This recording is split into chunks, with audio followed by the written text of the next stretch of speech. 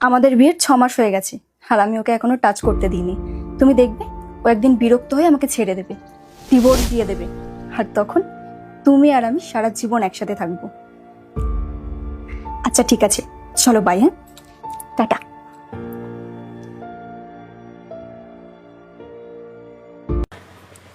রীতা, আজকে রান্না করতে হবে না, রবিনের বার্থডে আছে, আমরা দুজন ওখানেই খেয়ে নেবো, চলো।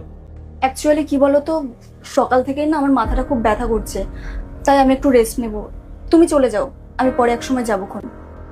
আচ্ছা ঠিক আছে।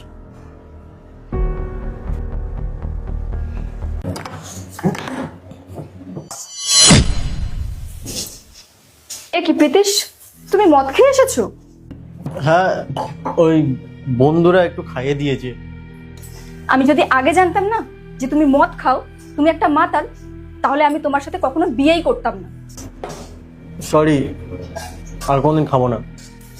আমি এক্ষুনি বাবাকে ফোন করব, আর বাবাকে ফোন করে এটা বলবো যে আমার হাজবেন্ড একজন মাতাল, আর তখন দেখবে উনিই আমাদের সম্পর্কটা ভেঙে দেবে।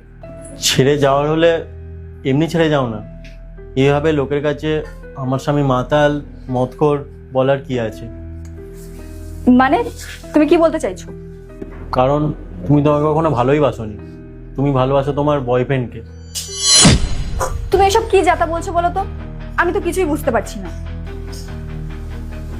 আমি কোনো জাতা কথা বলছি না, আমি সকালে তোমার সব কথা শুনে নিয়েছিলাম যখন তুমি তোমার বয়ফ্রেন্ডের সাথে কথা বলছিলে।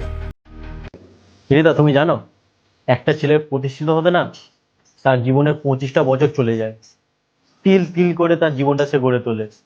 তারপর তার একটাই চাওয়া থাকে যে তার যে জীবন সঙ্গিনী হবে না, যেন সে তার মনের মতো হয়, তার কথা শোনে, তাকে বোঝে, তার সুখ দুঃখে তার পাশে থাকে।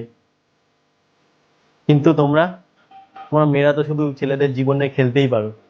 তুমি জানো আমার জীবনে না আমি কখনো নেশা করিনি, আমার বন্ধুরাও আমাকে কখনো নেশা করাতে পারেনি, কিন্তু আজকে আমি আমার স্ব ইচ্ছায় নেশা করেছি। তুমি আমাকে নেশা করতে বাধ্য করেছো, তাই তুমি 6 মাস হয়ে গেল তোমার কাছে আসতে দাওনি। আমি ভেবেছিলাম যে আস্তে আস্তে সব ঠিক হয়ে যাবে, কিন্তু না, তুমি তো মনে মনে ডিসাইড করেই রেখেছিলে যে আমাকে কখনোই তোমার কাছে যেতে দেবে না, আর একদিন আমি তোমাকে ডিভোর্স দিয়ে দেবো। ঠিক আছে, তাই হবে, আমি তোমাকে ডিভোর্সই দেবো, মুক্ত করে দিলাম তোমাকে। তুমি এখন তোমার বয়ফ্রেন্ডের সাথে সুখী থেকো।